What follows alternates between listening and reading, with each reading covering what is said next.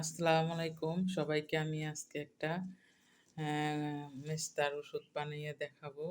এটা দিয়ে আমার উপকার হইছে। আমি চাই যে যাদের একটু মেস্তা বের হইছে বা বেশি বের হইছে, এটা যদি নিয়মতন ১ সপ্তাহ দিতে পারেন কিছুটা কমবে।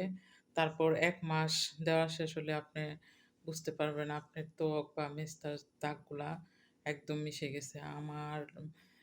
আমার ভিডিওটা যদি ভালো লাগে লাইক, সাপোর্ট করবেন এবং কি সাবস্ক্রাইব করবেন।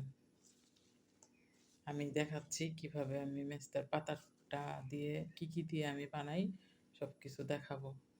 এগুলো আমাদের আশেপাশেই থাকে। পাতাগুলো আমি এখন ভালো করে ধুয়ে নিব।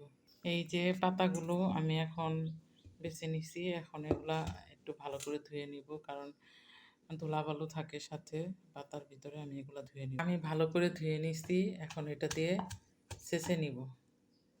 এই যে আমি এইভাবে ছেঁচে নিতেছি। আপনারাও এইভাবে যেকোনো একটা পাত্রের ভিতরে ছেঁচে নেবেন। পরিমাণ মতন হলুদ নিয়ে নিছি। মানে আপনারা যতটুক করবেন, যদি ১ বাটি করেন তাহলে হলুদ নিবেন একই মানে পরিমাণ মতন। যেমন এতটুক। এটার ভিতরে ১ চামচ মধু নিব, একটা লেবুর রস নিব, পরিমাণ মতন। সাথেই থাকেন, দেখাচ্ছি কিভাবে করতেছি। আমি এই রসটা এই যে এইভাবে চিপে নিলাম। এই যে ছাবাটা ফেলে দিব কিন্তু। আর রসটা এইভাবে আপনারা এইভাবে চিপে নিবেন। নিয়ে ছাবাটা ফেলে দেবেন। এভাবে এখন আমি এখান থেকে ১ চামচ মধু দিয়ে এখানে দিব। তারপরে এখান থেকে ১ চামচের মতন লেবু চিপে দিব। তারপরে এখান থেকে আমি নিব ১ চা চামচ টক দই। এখানে আপনারা চাইলেও অ্যালোভেরা মানে গাছে যদি থাকে অ্যালোভেরা রস দিতে পারবেন, ঠিক আছে? এখন আমার আছে কিন্তু ছাদটা অনেক পিছলা হয়ে আছে, এর জন্য মন চাইতেছে না যাইতে।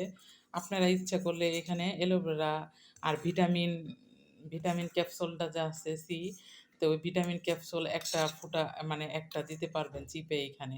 ওটাও আমার এখানে এখন নাই দেখে আমি এগুলা দিয়েই করছি। আপনারা চাইলে একটা ভিটামিন সি ক্যাপসুল এখানে চিপ দিয়ে দিতে পারবেন, আর হচ্ছে অ্যালোভেরা দিতে পারবেন।